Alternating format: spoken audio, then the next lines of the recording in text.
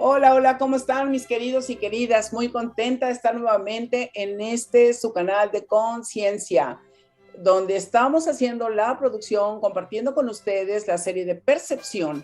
Y la percepción es una dinámica muy interesante entre el exterior y el interior, pero también entre el interior y el interior de nuestro cuerpo, de todo lo que estos sistemas maravillosos que tenemos en nosotros son sistemas vivos, sistemas dinámicos, hacen que nosotros actuemos de tal o cual manera. En conciencia es un espacio, un momento que te regales para saber cosas, para reflexionar y para actuar con mayor conocimiento de causa. Que la vida no te sorprenda y que te saque de onda porque no sabes qué es lo que está ocurriendo o que interpretes de manera inadecuada las cosas, sino que lo tomes con calma, respires, date una pausa, entiende qué está pasando para que puedas dar la mejor solución a aquello que te acontece. Se dice que nosotros tomamos más de 75,000 decisiones al día. Hay decisiones que ya están automatizadas, esas ya ni siquiera nos gastan energía. Hay otras decisiones que requieren nuestra atención, que requieren de nuestro entendimiento. Y esas son las más importantes. Y mira, no importa si se dice que son 35,000 o 75,000 o más de 100,000. Eso puede ser relevante si nos ponemos a hacer una estadística para saber cuántas decisiones han sido buenas y cuántas decisiones no han sido tan buenas, que nos han traído consecuencias, porque todas tienen consecuencias, incluso aquellas decisiones que no tomamos o que crees que no tomas, pero en realidad muchas las tomamos desde el inconsciente. Y bueno, en esta serie de percepción, como tú ya sabes, estos conversatorios que estamos teniendo, estas reflexiones, estas charlas con el doctor Luis Jiménez, a mí me encanta porque siempre hablamos de cosas personales, hablamos de cosas basadas en neurociencias, en investigación, porque tenemos que darte la fundamentación. No todo lo que se dice en todos los canales o todas las personas es cierto. Hay muchos errores y horrores interpretativos al respecto. Y en esta ocasión nos toca hablar de un gran sentido, un sentido que es impactante, el gusto, porque el gusto no se siente aquí, el gusto se siente acá, bueno, en otro lado, más para acá. Ahorita te vamos a explicar dónde está. Y para eso, bueno, pues ya, sin más, doy la bienvenida a Luis, que está por aquí con nosotros, así que bienvenido, mi querido Luis. Vamos a trabajar con este sentido del gusto. ¿Cómo Mi estás? querida, mi querida José, fue un placer para mí, como siempre, poder estar a tu lado y poder dar esta explicación y darles este espacio a todos nuestros amigos que nos siguen. Para entrar en materia, No, para espera, entrar en espera, espera, materia, espera, espera, espera. Vamos a tomarle gusto al asunto. Espera, espera, espera. Vamos a hablar del gusto, pero fíjate que estaba pensando en que hemos hecho los otros videos, los otros contenidos, los otros programas, y no hemos hablado de los sentidos en el proceso de formación, de cuando estamos en avanza, en qué momento se van formando y qué es lo que pasa. Ya sea que lo hablemos ahora o en otro video, podemos hacer para platicar acerca de eso y qué es lo que ocurre en el momento de gestación con los sentidos. Creo que podemos hacer una pequeña cápsula que se las pongamos después para hablar acerca de eso, sobre todo para qué, porque en este periodo de pandemia he de decirte, contra todo pronóstico, que están naciendo muchos niños. ¿Quién sabe por qué? ¿No? Y qué cuidados deben tener las mamás y los papás para que sus hijos salgan al mundo con más habilitados y más cuidados con los sentidos. ¿Te parece? perfecto, sí, de hecho, para hacer un inciso, un espacio, hay un tema que nada más se dedica en histología y medicina, que es embriología. En la embriología, normalmente en nuestra formación primaria como embriones, los tiempos son diferentes y de hecho parte de ese diagnóstico que se hace en pediatría con ciertas enfermedades, ciertos signos, ciertas señales, es que podemos determinar ciertas enfermedades porque los sentidos se forman en tiempos distintos y al formarse en tiempos distintos se maduran en tiempos distintos y hay unas estructuras que se implican y por lo general están relacionadas con otras partes del cuerpo. Es un tema realmente bonito, por colocarle un adjetivo, y que te admito la invitación y por supuesto vamos a hablar de ellos Claro que de sí. manera, Otro de video. manera aparte. Ok, perfecto. Muy bien, pues entremos con el sentido del gusto. A mí te puedo decir que en este periodo ha ocurrido un fenómeno muy curioso. Eh, Debido a que no he estado en contacto con tanta gente de manera presencial, ya estoy empezando a salir, pero de manera presencial, ¿qué hacía antes, por ejemplo, para comer? Al estar frente a ti, platicando y todo eso, sí, estoy platicando con una persona, pero esa presencialidad también hacía que habláramos acerca de los alimentos. Ay, que está rico este platillo, ¿te gustó? ¿No me gustó? ¿Cómo quedó? Cha. Y observé que en este periodo, que he estado comiendo más tiempo, más veces sola, o que he estado desayunando más veces sola, no le estoy poniendo atención al sabor de los alimentos, que más bien estoy viendo pues un contenido, estoy viendo un video de noticias, o estoy leyendo algo y me percaté de eso. Entonces dije, voy a quitar esto que ya hemos hablado, que es necesario cancelar algunos sentidos para poder exponenciar otros. Dije, voy a quitar tener el teléfono enfrente para estar mirando porque me distrae y no estoy identificando el sabor de los alimentos. Y esto lo voy a relacionar con algo que algunas personas me dijeron, con que empecé a preguntar y en promedio hemos subido 8 kilos, en promedio. Hay algunos muy poquitos que bajaron de peso porque se metieron a la disciplina del ejercicio y tal, pero la gente en promedio ha subido 8 kilos de peso. Ahí te lo dejo. Vamos. Gracias por tan interesante dato. Mira, te comento lo siguiente, de todos los sentidos, cuando me toca estudiar o estudié en su momento, el del gusto siempre me parecía muy básico, quizás no tan complejo como el sentido de la visión, el sentido visual, no tan sobreestructurado como lo es el auditivo, que les recomiendo esos dos videos anteriores, pero sí cuando pude entender que hay diferentes enfermedades, sobre todo que atacan a unas estructuras llamadas pares craneales, ahí entendí lo complejo del gusto. ¿Qué es lo que pasa? Nuestra boca es una máquina perfecta porque traga, deglute, mastica, sentimos la textura y luego después de eso podemos incorporar ese estímulo a través de que en la lengua hay áreas que sienten dulce, hay áreas que sienten salado, hay áreas que sienten ácido. Está parcializada como un territorio específico, pero luego en el cerebro, si podemos señalar el área que tras cámara te había comentado, en esa región, que es ese cerebro reptiliano, que es esa médula oblonga, van a venir todos esos estímulos, el dulce, el salado, todos esos estímulos, ¿No? exactamente, más o menos por ahí. Luego después, en esa región, se van a integrar. Y algo que me parece interesante, que es el cerebro más primitivo, no primitivo en función, sino es el que primero apareció. Ese cerebro tiene casualmente la función de sobrevivir. Les hago la siguiente pregunta. Si yo no como, no sobrevivo. Hasta las personas que son vegetarianas, que son veganos, necesitan consumir proteínas, necesitan consumir aminoácidos, necesitan consumir ácidos grasos, minerales. Eso forma parte de una dieta sana. Y esa señora que está marcando ahorita, mi querida amiga Josefa, es la que va a recibir todos los estímulos de esa área. Y ustedes se preguntarán, pero estábamos trabajando con el área prefrontal, estábamos trabajando con la parietal, estábamos trabajando con otras partes del cerebro. Excelente, muy bien. ¿Dónde está ubicada la boca? Y dónde inmediatamente se relaciona con el cerebro. Entonces, ese espacio tan pequeño llega a la primera estación de relevo, la médula oblonga, el cerebro reptil. Y luego después Se que hace llega como un esa... as, ¿no? Se hace como un as aquí, directo. Exactamente, correcto, perfecto, perfecto. Esa es la mejor analogía que me hubiese encantado tenerla cuando yo era estudiante. Exactamente.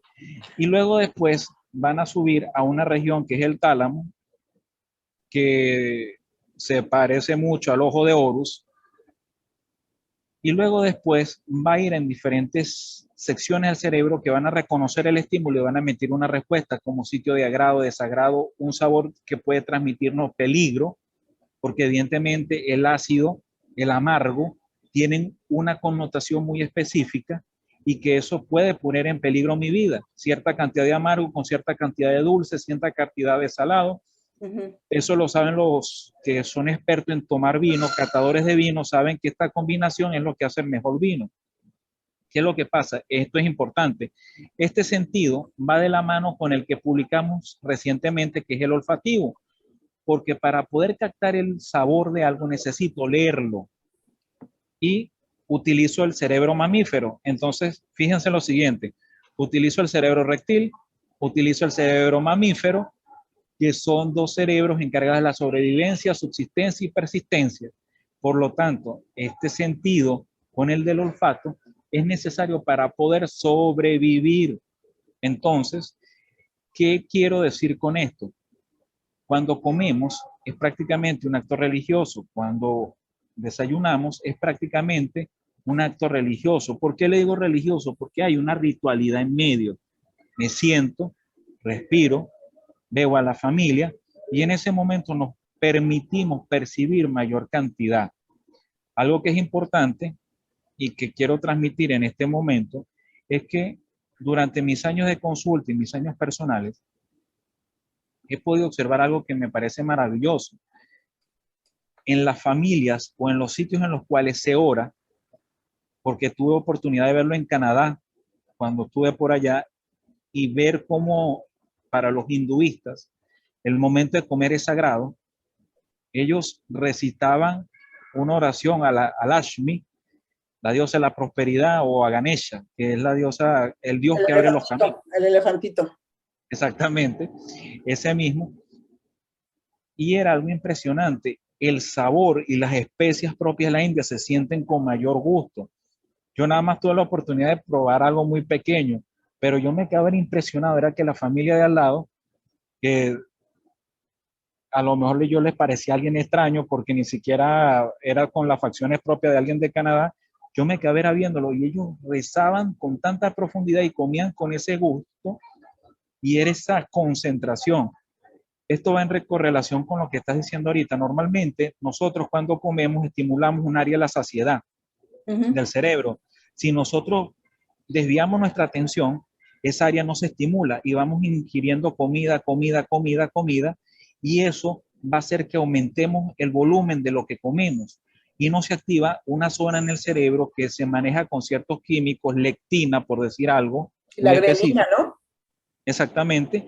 Y esa área me activa una zona de disparo, de trigger, y ya dice, deja de comer. ¿Por qué hemos aumentado de peso? Eso no está vinculado con la parte del estómago que está acá abajo, ¿no? Acá está de las conexiones que producen la grelina, ¿no? Exactamente, esto está entre la cisura interhemisférica y hay una zona destacada para eso. Es una función en conjunto porque el estómago se llena, dispara una zona que es la área de la saciedad. ¿Qué quiero decir con esto? ¿Y qué me va a llevar este tema? Generalmente eso lo puedo ver, y disculpen las personas, en las personas que se han divorciado, en plena fase de luto, que están comiendo y lloran. Me ha pasado mucho. Y yo jamás olvidaré este detalle. Una gran amiga, la cual se divorció, fue un divorcio muy difícil. Ella comía y yo decía, pero ya, termina de comer, que ya nos toca irnos a trabajar. Y ella seguía comiendo. Y la gente creía que lo hacía era para llamar la atención. Y yo le dije, está tan centrada en el problema y tan centrada en el proceso de duelo, en el dolor, y comía y era concentrada hablando del problema y su atención no se centraba en la percepción, en el gusto de comer. Cuando ya no podía, el estómago no podía más, comenzaba un proceso de reflujo. Entonces, ¿qué les quiero decir con esto? ¿Y por qué fue una vuelta tan larga? El sentido del gusto es complejo y está relacionado con la sobrevivencia. Si está relacionado con la sobrevivencia, debemos darle atención. ¿Por qué las personas, aparte de la ansiedad y la angustia mal manejada que nos ha producido este aislamiento de la pandemia, es porque nos concentramos en otras actividades y el cerebro necesita centrarse en la atención al comer? Yo nunca olvidaré estas palabras de un gran maestro mío. Comer es tan sagrado como ir al templo. Comer es tan sagrado como entrar en el dojo. Ergo, hay que respetar y tener su tiempo. Querida Sí, Josefa. a mí me parece sumamente importante esto porque no le estamos poniendo atención a nuestro plato, a la comida, al cariño, incluso al enamoramiento, diría yo, que debemos tener de nuestro platillo. Yo, por ejemplo, y yo creo que ustedes que nos están escuchando, que nos acompañan en estos programas, en estos videos o en estos contenidos, fíjense que yo creo que les ha ocurrido que si vas, por ejemplo, a comer tacos, hablando de México, ¿no? Si vas a comer tacos y estás con alguien, dices, dame 2 tacos, dame 3 tacos, dame. Yo en una ocasión vi que una mujer se comió, cuando hicimos la cuenta, 14 tacos. ¿Por qué se comió 14 tacos? Para mí eso es mucho. Yo me como 3 o 4, por ejemplo, ¿no? Entonces, pero dependiendo del tamaño, pero 14 tacos, ahorita lo que tú decías de tu amiga, y es cierto, ella estaba pasando por un proceso emocional, había perdido su trabajo y estaba, pues, no andaba bien. Entonces, ¿dónde ponemos la atención? No le ponemos el cariño a la comida. Mi mamá decía decía, cada vez que iba a comer algo, decía, Señor, yo te pido que cuides los alimentos y voy a comer todo eso para que no me engorde, ¿no? Entonces, que ni el agua me engorde, ¿no? Pero es interesante eso de los rituales. Hacemos rituales para ciertas cosas, esos rituales son rutinas que van a ayudar en las conexiones neuronales. Incluso nos va a ayudar a decir un basta, es el momento de empezar, es el momento de terminar, pero si lo ponemos en bonito va a ser mucho mejor. Y en México tenemos un ritual, por ejemplo, para el mezcal o para el tequila, para que no sepa muy fuerte, para que no sea un choque. Lo tienen en Colombia con el aguardiente. ¿Cómo es esto? Ahí se ponte un poco de mezcal en la mano y haces esto o lo frotas y lo hueles. Con el olor que hacen los catadores, lo que tú decías del vino, o con los catadores, pues lo tienen que oler, lo tienen que saborear y van a darse cuenta de la textura, de los asientos, de muchas cosas, ¿no? Pero con el mezcal se hace, o con el tequila, lo hueles y eso sensibiliza a los sentidos de la bebida que van a recibir. Luego, se toma un poquito de mezcal o de tequila y se enjuaga uno, se adormece las encías, ¿verdad? Y ya después se echa uno el traguito y ya pasa muy suave. Entonces, si tenemos ese ritual, por ejemplo, para una bebida alcohólica, para un destilado, ¿por qué no hacerlo también para la comida? Tú dime, Luis, ¿por qué no? Algo que es interesante y lo pudimos hablar recientemente en esta conversación tan útil que tuvimos con la Asociación de Maestros, es que el ritual guarda en sí un acto maravilloso, que es el acto de concentración. La concentración no es simplemente ese sujeto que va al Tíbet, va invocando al Buda azul de la salud para alcanzar la iluminación y el nirvana. No, o sea, la concentración es que de manera consciente mis sentidos son atraídos al momento actual, a la acción actual. No importa lo que hagas, si desde manejar un ómnibus, un autobús, un carro, no importa si en ese momento vas a escribir un informe médico, no importa si vas en ese momento a comerte una hamburguesa, lo que sea, pero tu concentración te va a permitir estar en el estado presente. Y yo nunca olvidaré estas palabras de un soldado escocés durante la Primera Guerra Mundial, y él decía que en el momento que él comía era lo más sagrado que él tenía, porque no sabía si después esa fuese su última comida. Un Highlander, el cual admiro mucho. Y esas palabras me llegaron al alma, porque cuántas veces la comida que comemos, la presencia que tenemos no es la última, con algún amigo, un conocido, un familiar. Entonces, quizás el mensaje que les puedo transmitir este día de hoy, el ritual no es simplemente por religión o por dogma, sino que tu cerebro se hace más consciente y, como dice mi querida amiga Josefa, conciencia, la conciencia es la concentración también y se escribe en concepto. Y la otra cosa es que en el sentido del gusto, fíjense cómo es tan importante. Esas comidas que hacemos, ¿cómo se llaman? Experiencias sensoriales del gusto, que va uno y alguien le da de comer, nos vendan los ojos y nos da a alguien de comer. ya sea la pareja o hay restaurantes que se encargan de hacer eso. Cuando sentimos el sabor de una fresa con el chocolate, cuando podemos separar los sabores de las cosas, la experiencia es una experiencia única para cada persona. O, por ejemplo, la parte que tiene, porque eso activa, incluso, como decías, Luis, está conectado con el olfato. Y el hecho de que yo tenga la fresa en la boca o la cereza, el olor me va a llegar. Y eso va a potenciar mi experiencia con respecto a los alimentos o con respecto a los momentos eróticos también, porque se disparan otro tipo de neuroquímicos al combinar esos dos, son tres sentidos que se disparan. Por eso, de alguna manera, se ha acoplado, se ha categorizado como kinestesia o kinestésico el gusto, tacto y olfato, porque en el momento que yo me llevo una fresa a la boca, o sea, tengo un movimiento y va a activar, por supuesto, la vista. Incluso vamos a oír el sabor de algún producto, de alguna fruta, de algún vino, o cuando se descorcha, o sea, ¿cómo? Por eso se convierten en megasentidos, porque el gusto dispara todo, como champán, ¿no? Correcto, correcto. De verdad que es algo impresionante y de hecho, eh, nada más una sola vez en mi vida tuve la oportunidad de ver una persona cuando fui Boy Scout, que él masticaba las ramas y decía, es amargo, es salado, este es tal. Tenía un nivel de gusto muy complejo. Yo le decía cocodrilo dónde, como la película, porque me parecía un explorador. Yo creía que era extraño. Y ahí fue donde entendí algo y que quizás les recomiendo las otras series o lo que está por venir. Hay personas que desarrollan ciertas habilidades y el gusto es una de ellas. Y que eso va a integrar tu personalidad, que eso va a integrar tu forma de ser y ver el mundo. Porque no es simplemente cómo veo el mundo, es cómo lo escucho, cómo lo percibo, cómo lo toco, cómo lo tacto. Y eso es importante porque en la medida que sepamos que utilizamos una herramienta, somos más conscientes de ella, somos seres más óptimos, somos seres más plenos. Y esa es la función de este video. Así que si logramos hacer eso con ustedes el día de hoy, me siento satisfecho.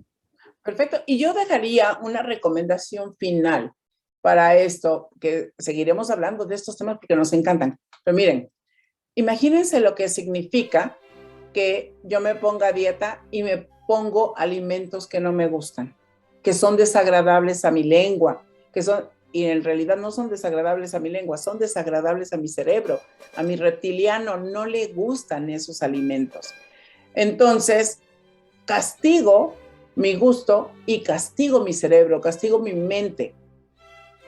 ¿Por qué no empezamos a gozar más de lo que nos gusta en pequeñas cantidades para que se disfrute más? Porque el gusto está vinculado con el disfrute, el olfato está vinculado con el gozo. Entonces nos vamos tapando la boca y nos vamos tapando la nariz. Y eso, como decía Luis, nos genera un tipo de personalidad, incluso nos va a generar intolerancia, nos va a generar enojo, nos va a disparar otras emociones. ¿Cómo se sienten ustedes cuando disfrutan una comida, cuando la saborean, cuando están con una buena compañía, cuando se lo acompañan con un buen vino? ¿Por qué creen que se hacen los maridajes? Los maridajes tienen que ver con esa unión, esa vinculación de sabores que nos va a permitir tener una experiencia gustativa, olfativa, que va a generar alta satisfacción, ¿o no? ¿Verdad?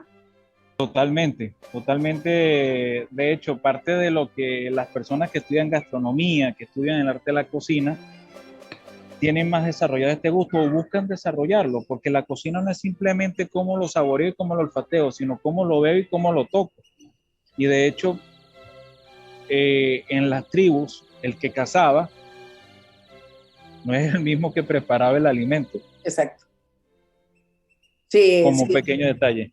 Sí, Y el chamán tenía que probar las hierbas, consumirlas. Y de hecho, en mi país de origen, hay un vino, hay una bebida alcohólica que se toma de un tubérculo que se utiliza masticándolo. aquí se llama yuca, Ajá. que es un producto a base de almidón, o un tubérculo de almidón, y eso genera un licor muy específico, y las personas lo fermentaban y tenían que agarrar el gusto, saber qué parte de este tubérculo era útil, qué parte no, o qué parte lo utilizaban para la comida. Entonces, como ejemplo, ha sido parte de la sobrevivencia, es parte de nuestro acervo como especie, y como yo lo mantengo, no importando la región del mundo en la que estemos, somos una especie, y como especie tenemos puntos en común, y hoy aquí lo estamos haciendo evidente. Y quizás es el mensaje que te puedo dar como este momento tan grato que ha sido esta charla. Muy bien, muchas gracias. Pues bueno, a veces tenemos el sabor de la muerte, pero también tenemos el sabor de la vida, tenemos el sabor del gozo. Y la verdad que, ¿qué sabor le quieres poner a tu vida? Toma conciencia con esto de los sentidos. Disfruta más la vida porque los sentidos son las ventanas de la percepción y también para entrada y salida. Así que nos vemos en el próximo capítulo, en el próximo programa, en el próximo momento de conciencia, un espacio para ti, para nosotros, para saber, reflexionar y actuar. Nos vemos en la próxima. Chao, chao. Gracias, Luis. Chao, chao.